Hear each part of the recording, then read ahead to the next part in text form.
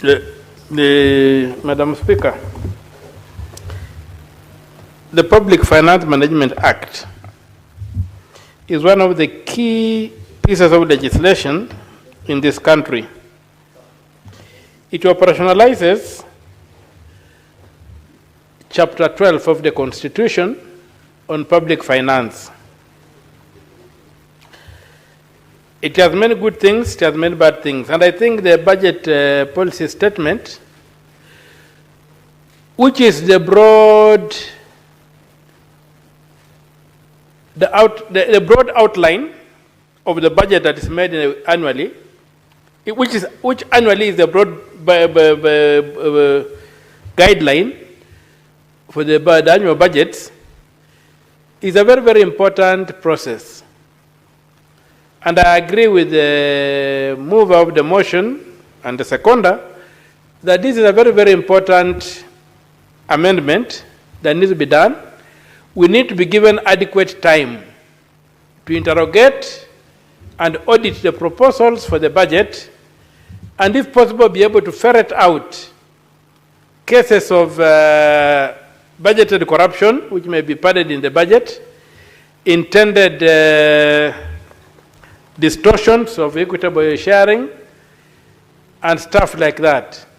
So the amendment is extremely important, and I would urge my colleagues in this House to support that amendment, that we be given adequate time to scrutinize the budget proposals.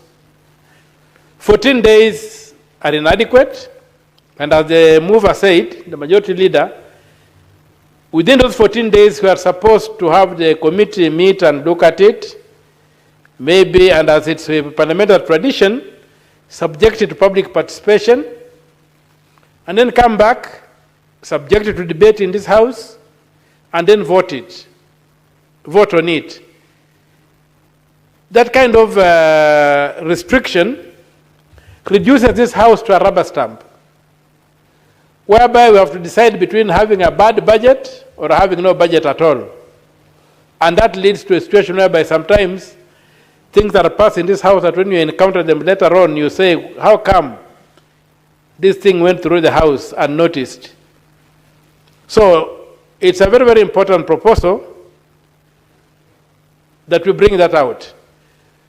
In moving the motion, the Honorable Majority Leader made a reference to the budget ceiling in the Public Finance Management Act. Although he mentioned it like something that is good, to me it is something that's unconstitutional. When you look at Article 220 of the Constitution, especially Clause 1, B and C, they address the question of borrowing. And they require that borrowing must be clearly indicated in the budget, with the proposals of how it is going to be repaid, the loans are going to be repaid. When you come to a budget ceiling that says that you are going to borrow 55% of the GDP, it violates that provision, that in every budget, Parliament must set the limits of that borrowing, and it must justify whether there is capacity to repay those loans or not. That's what the Constitution requires. A budget statement, a debt ceiling gives the executive a blank check. And we have seen what that has done in this country. The debt, since we came up with the idea of debt ceiling, our borrowing has gone haywire. Just for historical purposes, the concept of a debt ceiling came into vogue in the USA during the First World War. In the USA, the structure was that,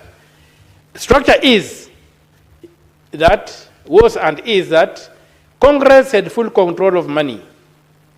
Unlike us here, who control nothing, You saw Congress the other day they have shut down government for 40 days because they could not agree how the money was going to be used. Money is controlled by the House. Today, I think it's when the senators voted and some crossed over and the 60 threshold was met. So there might be a minimum opening of the House in the UK, in the US. But that as it may be, they still have the debt ceiling issue. And the debt ceiling since 2017, when it was introduced during the First World War, to allow the American executive procure, then come to tell Parliament how it has been procuring to fight that war, has remained in the US. And today, the US has got one of the biggest debts in the world. It's the most indebted country in the world. The only lack they have is that they print the dollar. And when they print the dollar, they cause inflation outside because we also use the dollar. So they are covered that way. But the debt ceiling resulted in Congress losing control over borrowing by the American government. And it has led to that problem. In our circumstances, we also have the other problem whereby, realistically speaking, debts are paid from taxes. We don't pay debt from GDP.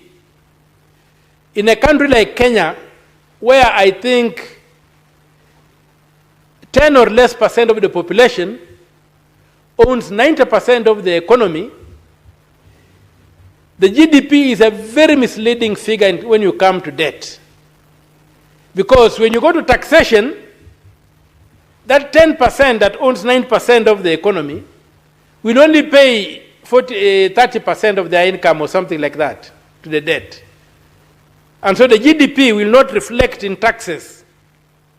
Then we shall be borrowing a debt that we cannot finance, that we cannot pay back.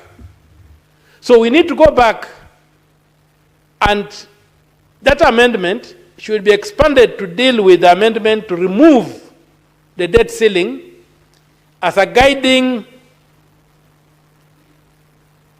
threshold for borrowing. And we go back to Article 220, Clause 1, B and C of the Constitution, which prescribes that in every budget we must address the question of public debt. In every budget. So that we can be able to determine whether we have capacity to pay what we have borrowed or not. And if you are borrowing, how do we intend to finance that loan? So that when the loan is being borrowed, we must be able to look through long term and see how is this loan going to be repaid? What activities are going to repay this loan? Number two, that long-term look will also give us a chance to look at Article 201 of the Constitution, Section C, which requires that the benefits of borrowing must be spread between the current generations and the future generations. So this amendment, and it's also good that we need more time to look at the budget proposals so that we can also be able to interrogate the budget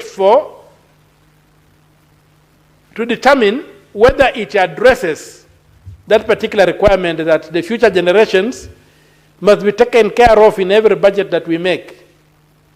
So, Madam Speaker, this is a very, very important amendment which I support, which I plead that this House considers favorably. And as we go along, we must also look at other aspects of the Public Finance Management Act. In mind, I have Section 11 of the Public Finance Management Act, which establishes the National Treasury as a ministry of the national government. We have 48 governments. When you look at Article 251, Clause A, Madam Speaker, it requires Parliament to establish, by an act of Parliament, to establish the National Treasury. If you look at the design of our Constitution, we have 48 governments. This House, as one of its core businesses, is to protect devolution. When the Treasury becomes part of the national government, devolution suffers. And that's why you have found that the counties are unable to get money on time. The law requires that they get money by the 15th of every month. We hardly see that happening in our counties because the national government, which has hijacked the Treasury, using Section 11, only gives counties money after it has had its fill. You have heard even the person of His Excellency, the President, say that under my government I've ensured that statement should never be made by anybody. We need an independent Treasury that can serve the 48 governments based on what Parliament has passed, not on what the President desires. And Section 11, Madam Speaker, article which purports to operationalize Article 251, Clause A, Clause 1,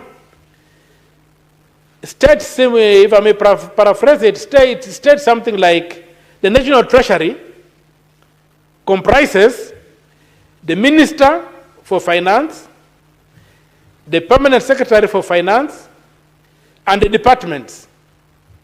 Now, Madam Speaker, as you know, the Minister for Finance is an appointee of the President. The PS for Finance is an appointee of the President. They don't enjoy security of tenure. So basically what we have done through that public finance, Section 11 of the Public Finance Management Act, is to make the President the treasurer of the Republic of Kenya.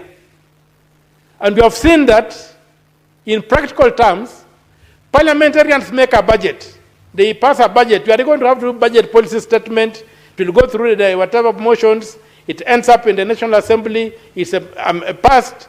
It goes into for the President, he signs it into law. It becomes an appropriation act. For all practical purposes, it is usually shelved. The budget that is then implemented is a budget that is not approved by Parliament. You will see that whenever the President goes to a public function, even a funeral, you will find the MPs from the area standing up and telling him they need a bridge, they need a road, they need whatever. All those things are not in the budget they passed. And the President will stand up and grant them. Because we have subverted the Constitution to a point whereby, whereas we are required to manage this country using the budget, it has become a formality. What runs the country is what the President determines. Right now, we got a loan of 13 billion, I read in the papers, from the World Bank, for Nyota Yetu. Nyota Yetu is nowhere in the budget. It's nowhere in any. It's tying us to a big loan of 13 billion. Because the President wanted it to be done, it's going to be done. You have seen a lot of loans being signed whenever the President travels. These loans are not in the budget. They have not been approved by Parliament. They get signed and are binding the people of Kenya. But why is all that happening? You again go to the Public Finance Management Act. What has it done? Whereas the Constitution requires only Parliament to approve borrowing and what have you, it has vested power in the Cabinet Secretary for the Treasury to be able to borrow loans. And so we end up with a very big, huge debt stock of odious debt in this country. The majority leader talked of 70% of the money we collect going to pay debts, which means 70 shillings out of every 100 shillings that the Kenya Revenue Authority collects goes to pay loans. The correct figure is worse than that. When I did a study on that odious debt last year, by 30th November, it was 82 shillings out of every 100 shillings that the Treasury collects that goes to service debt. The government is left virtually with nothing. The other day, I read in the East African, I've not verified it, I read in the East African, the figure had grown to 92 shillings, 92%, 92 shillings of every 100 shillings that the KRA collects is going to service debt. then we have reached a situation whereby we are borrowing money to pay debt, when it's very clear in the law that we cannot borrow money to pay debt. The most known example was the one that happened the other day in February 2024. We borrowed more than 2 billion shillings to pay the Eurobond debts.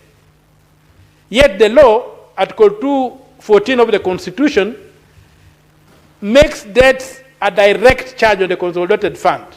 So you begin wondering, why is it that we are spending all that money, debt is supposed to be a direct charge on the consolidated fund, how come then that we are still borrowing to pay debt?